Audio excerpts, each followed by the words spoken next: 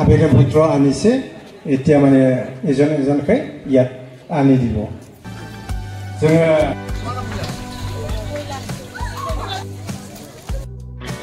दिनै जोंनि नैबे बेंटल डन बस्क' मिसनाव जोंनि बिटिआरनि चिफ मानगोनां प्रमद बर' सारा फैदोंमोन दा मिटिंआ जोबनानै थांबाय मेला दा सारा थांफिनसिगोन दा जायहा नायनो इन्टारेस्ट दङ लोगोफोर आरो गाइस प्रमद बर' सारा जोंनि बेंटल मिसनाव फैनानै मा बुंदों खोनासंलांदो आं देखायलांगासिनो दङ बे सानजौफुं समाव जोंनि मोनसे गोजामसिन चार्च आरो लोगोसे स्कुल बेनि खामसालियाव जिरायनाय बे मेलखौ दैदेननाय मानगोनां दैदेनगिरि नोंथां बे मेलाव बाहागो लानो हानाय आंजों फैनाय जोंनि तामुलपुरनि बारग' एमएलए सन्दीप बसुमतारी बिथां आंनि एखे हान्जानिनो मिरुनि सासे दैदेनगिरि समनाथ नार्जारी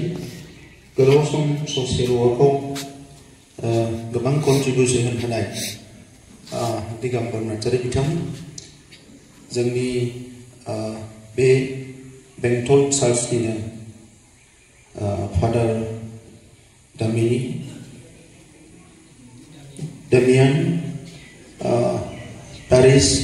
प्रिस्ट ऑफ बेंटल चार्च आरो लोगोसे father Jimmy principal of Don Bosco आरो लोगोसे बाहागो लाफैनो हादों गुबुन गुबुन गामिनिफ्राय पालक्स आरो गावबुराफोर बाहागो लानो हानाय बिदा फंबाय बिब' बिनानावमोन आरो बे स्कुलनि जोंहा फोरोंगिरिफोर आरो फरायसाफोर आङो बे समाव बयनिसिमबो गोसो गोरबोनिफ्राय आङो साबायखर बावदों बयबो बाहागो लाफैनानै जोङो दान्दिसे सम मोगा मोगि जानो हादों आरो बिनि थाखाय अबंलावरिखौबो आङो रोजा रोजा साबायखर बावदों आङो एसे फिभार लोमजानाय बायदि जानायखाय एसे आनिजि फिल जाबाय थादों बारा गोलाव बुङा आगोलावनो शेड्युल खालामखानायखाय आं प्रग्रामखौ केन्सेल खालामनो बानानै फैदों दा बेनिखायनो आं निमाहा बिगोन जे आङो बारा गोलाव बुंनो हानाय नङा उनाव फैबावगोन आङो गुबैयै एसे आगोलाव जोंहा जारिमिनखौ बुंलांबाय जे आं फादारनिफ्राय मिथिबाय जे 2026 मायथाइयाव बे चार्चआ गासै 60 बोसोर जासिगोन वान अफ दि अल्डेस्ट दा बुंनांगोन दा बेवहाय बे गोलाव सम जिखिनि कन्ट्रिबिउसन एजुकेशननि फिल्डआव ससियेल फिल्डआव समाजखौ गोथों लामाजों दैदेननायाव बे चार्चनिफ्राय बे फरायसालिनिफ्राय डन बस्क'निफ्राय होबाय बेनि थाखाय आं बिगिनिं टु दिनैसिम जायखिना दङ बेवहाय गासैनोबो आङो गोसो गोरबोनिफ्राय साबायखर बावो उनाव नैबे लेखाखौ उनाव फरायसिगोन दा आङो बिथाङा जोंहा गिबियैनो गोनां गोनां बाथ्राफोरखौ बुंलांदों एजुकेशन आरो रिलिजन बे मोननैयानो सिभिलाइजेशनखौ बानायो without education and without religion मोनसे सिभिलाइजेशनखौ मोनसे सोदोमस्रिखौ दानाया गोब्राब जायो दा बेनिखायनो बेवहाय सोलोंथाइखौबो आरो धोरोमखौबो समान समान जिखिनि खामानि मावलांदों दा बेवहाय जोंनि यं जेनेरेशनखौ मोजाङै गाइडेन्स होनांगोन मानोना दिनैनि समाव फैबाय थानाय गोदान जेनेरेशना गोबां चेलेन्जेसफोर दङ in every walk of their life दा बैयाव जुदि बिसोरो गोथों लामाजों एबा मोजां लामाजों आगान सुरनांगौब्ला बिसोरो बे गोदान जेनेरेशना मोजां एजुकेशन मोननांगोन क्वालिटी एजुकेशन आरो लोगोसे पारफेक्ट एजुकेशनखौ बिसोरो मोननांगोन आरो नांगौ इनफरमेशन मुलुगा साइंस एंड टेक्नोलॉजी आरो बबे बबे लामाजों दावगालांदों इकोनॉमिकली आरो गुबुन गुबुन बिथिङाव दा बेखौ जोङो दानि जेनेरेशननो जों होनो हानांगोन आरो बिसोरखौ जि डू एंड डोंट्स बियो अराय सम थायो बियो जाबाय लेखा फरायनाय कल्चरल एक्टिविटी स्पोर्ट्स बे गासैबो जाबाय मावनांगौ मावनाङैनि गेजेराव बाहेराव थाङोब्ला समाजाव मोजां गाज्रि थासारिफोर दङ बहाबा ड्राग्सफोर गोबां एलकहल बायदिसिना बाहायनाय बैफोरनिफ्राय जोङो बिसोरखौ सेभ खालामनो हानांगोन दा ओंखायनो आं फोथायो आरो साबायखर बावो नोंथांमोननि बे गासैबो जे हार्ड वर्क आरो बे कन्ट्रिबिउसननि थाखाय दा बे समाव आङो बेखौनो बुंनो सानो जे जोंनि माहारिया धोरोमखौ लानानै गुबुन गुबुन धोरोम सिबियोब्लाबो जों धोरोमखौ लानानै बारा डिभाइड नङा जों हारि हिसाबै खौसे सिबिनायावसो जोङो गुबुन गुबुन धोरोम सिबियो नाथाय हारि हिसाबै बर' हारिया खौसे बेयो जोबोद मोनसे इउनिक केरेक्टार गुबुन हारिफ्रा धोरोम सिबिनायजोंनो गावस्रा गावस्रि जायो किन्तु जोंनि हारिया धोरोमखौ गुबुन गुबुन सिबियोबाबो खौसे आरो बिनि गिदिर बिदिन्थिया जाबाय एसे आगोलाव बुंनाया बड'फा उपेन्द्रनाथ ब्रह्मआ बिथाङा ख्रिस्टान नङामोन किन्तु बिथाङा फैनानै बेवहाय हर थानानै फादारफोरनि बोसोन लायोमोन आङो गुवाहाटीनि जि आर्च बिशप थमास मनाम्पाराम हिलनाय बिथाङा गोबां लेखाबो लिरबाय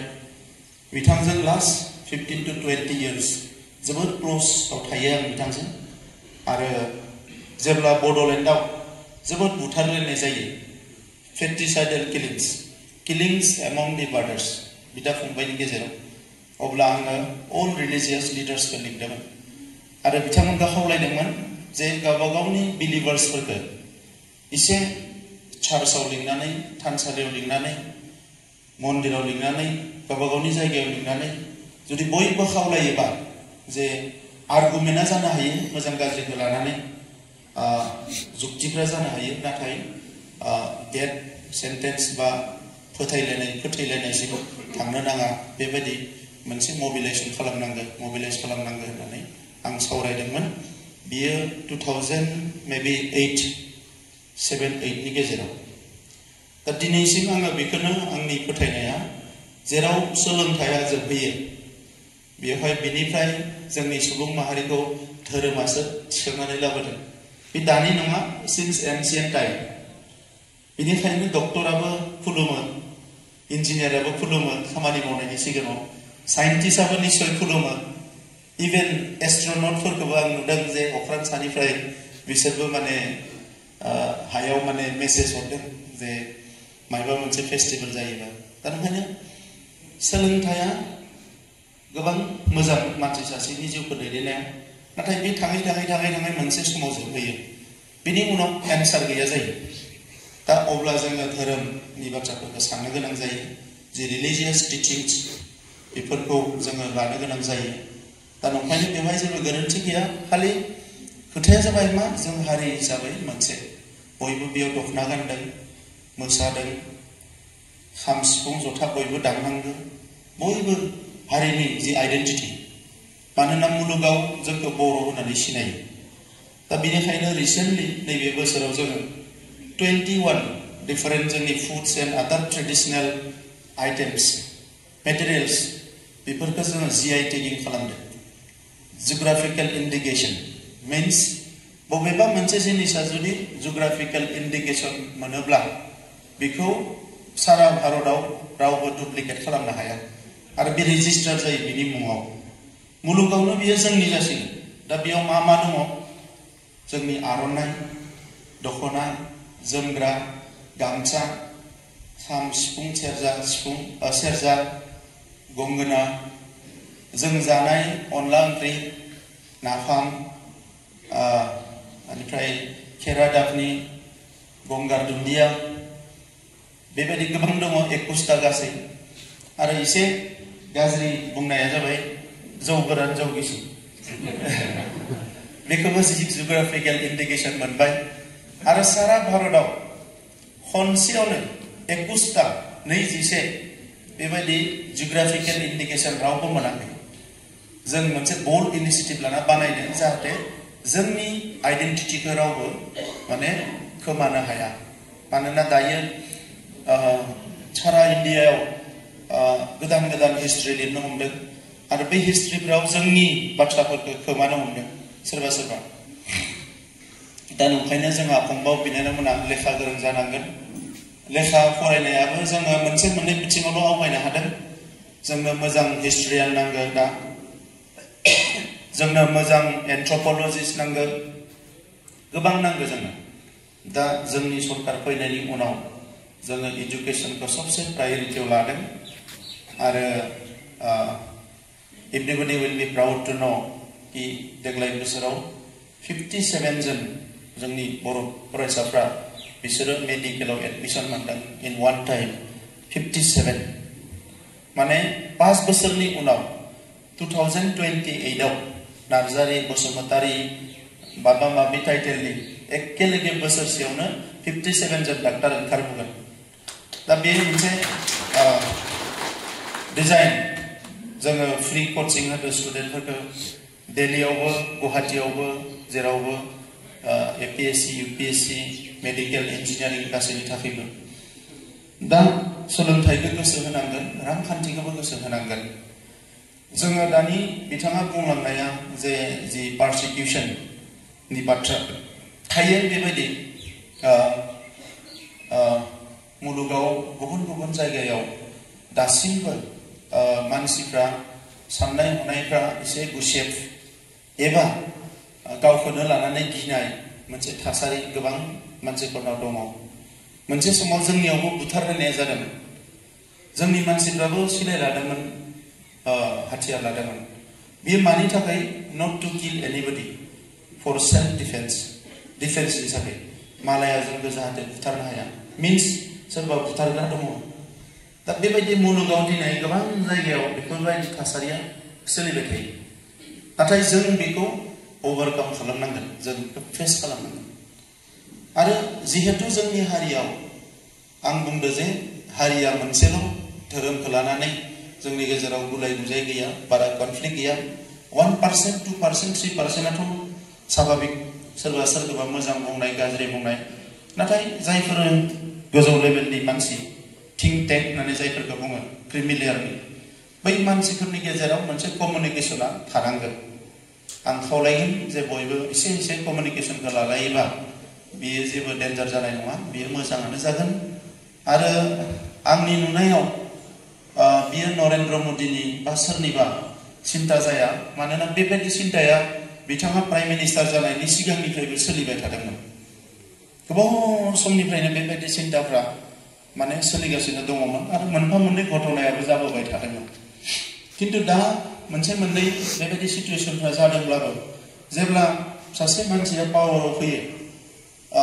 हि बा सि जायानो जाया मानो बियो बांसिन रेसपन्सिबल जायो दिनै इन्डियायाव जुदि माबा मोनसे गाज्रि जायोबा बिनि दाया प्राइम मिनिस्टारनियावनो थांगोन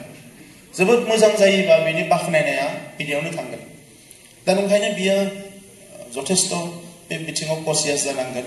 जादोंबो नाथाय बिनि गेजेरावनो 145 कोटि थानाय मोनसे देश 145 कोटि सुबुं अनजिमा थानाय मोनसे देश बबे खनायाव मा जायो बेयो बिराद साननांगौ बाथ्रा आं सानो बड'लेण्ड ओनसोलाव बिनि थाखाय जों केयारफुल जागोन नोंथांमोनजों बयबो लोगो नांनानै बेबायदि थासारिखौ जोङो मोगा मोगि जानांगोन आरो बिनि थाखाय ससियेलि पलिटिकेलि गासैबो साइडनिफ्राय जों एलार्ट जानांगोन जाहाथे जोङो माबायदि मावनो हायो मालाबा सुथुर जानानै बबेबा खामानिखौ मावनो हायाब्ला लोगो जानानैबो बेखौ मावनो हायो आरो मालाबा सुथुर जानानै हायाबा लोगो जानानैबो बिपदखौ लाबो सोरनिबा सायाव दा ओंखायनो बोथ साइड जों केयारफुल जानांगोन आङो बे बिथिङाव जोबोद सांग्रां आं गावखौनो सानो खारन आङो जुदिअ इसोरखौथ' आं जोबोद फोथायखायो नाथाय थेवबो आङो मानबताखौ जोबोद बांसिन आङो मानियो जि हिउमेनिटी दा बे बिथिङाव मुलुगाव जोनोम जानाय लोगो लोगोनो साफ्रोमबो मानसिया इसोरनिफ्रायनो माखासे राइट्सखौ लानानै फैखादों बै राइट्सखौ जोनोम जाखालिनो होदों बिनि उनाव माखासे राइट्सखौ जोंनो जोंनि हादोरनि संबिधाना होदों कनस्टिट्यूशना दा इसोरा होनाय राइट्स जायफोरखौ जोंनो होदों बेखौथ' रावबो सेना लांनो हाया गुबुन मोनसेया जाबाय संबिजिदा होनाय राइट्सखौबो जोङो रावबो सेनानै लांनो हाया मालाबा मालाबा सोरबा मेजरिटिया माइनरिटिखौ नाख्रेबनो नागिरो नाथाय बे बिथिङावबो बयबो सांग्रां जायोब्ला बेयो सम्भब नङा आरो भारतबर्षआव दायो जिखिनि जोंहा ख्रिस्टान फोथायग्रा दङ सा सानजा भारतआव बेथ' गासैबो ट्राइबेल गोजा मेजरिटि दा ओंखायनो नर्थ इस्टआव आं बेबायदि चान्स दङ होननानै आं सानाखै मा होनो आनफर्चुनेटलि मालाबा मालाबा जोंहा कनफ्लिक्टफ्रा जायो जेरै रिसेन्टलि जोंहा मणिपुराव जादों जोंनियावबो बर'जों मुसलमानजों जालांबाय दा बेफोर कनफ्लिक्टफोरखौ चिरदिननि थाखाय अराय समनि थाखाय जाहाथे जोङो होबथानो हायो बेनि थाखायसो जोङो जोंनि जेनेरेशन्सखौ माखासे टिचिंसफोरखौ होनांगोन जे रावबो जाहाथे कनफ्लिक्टआव माने जइन जाया बाहागो लाया कनफ्लिक्टआव बाहागो लायाबानो बे जायगाया सेफ जानानै थायो नाथाय नोंबो आगानसे आंबो आगानसे जुदि कनफ्लिक्ट खालामनो आवगायबोयोबा अब्ला बेयाव कनफ्लिक्ट जायो दा दिनै बड'लेण्डआ पिसफुल अल कमिउनिटिसफोरनि जि एसपिरेशन्स बेखौ लानानै आं गावनो बिसोरजों इन्टारेक्शन खालामबाय थादों बिसोरो माखासेखौ मिथिस्लाबैयाव जोंखौ एनिमि होननानै सानो बर'फोरखौ जोंजों रायजो जानाय गोबां हारिफ्रा बर'फोरखौ गावसोरनि एनिमि होननानै सानो मानोना बिसोरो मिथिया जे जों संबिधाननि बिफा नङा जोंनियाव बिबाथ' मोननाय नङा बिथांमोना भारत सरकारनियाव बिनांगोन आसाम सरकारनियाव बिनांगोन नाथाय बिथांमोना सानो जे जोंखौ बर'फ्रानो होआखै आरो बे बाथ्राखौ जेब्ला बिथांमोनजों 1-to-1 रायलाया अब्ला बिथांमोनखौ बुजायनो हानाय नङा ओंखायनो बड'लेण्डआव मोनसे हेपिनेस मिशन बानायनानै जों बे खामानिखौ मावबाय थादों आरो नंखायनो दायो जोबोद peaceful every community everybody they are thinking that their aspirations are listen बिसोरनि by the authority बिसोरनि aspirations फोरखौ बिसोरनि grievances फोरखौ बिसोरनि problems फोरखौ authorityया खोनासंदों होननानै they are very comfortable position दा नंखायनो आं सानो बेबायदि stable जुदि जोङो 20-25 yearsआव थांनो हायोब्ला अब्ला जोंनि सोलोंथाइ बायदिसिनाफ्रा जोबोद जौगागोन मुलुगा जोबोद जौगालांबाय जोंसो उनाव गोग्लैनानै थालांबाय दा आं गोलाव बुंनो हानाय नंलासै निमाहा बिबाय आङो खावलायनो सानदों बेवहाय जोंहा गुबुन गुबुन मण्डलिया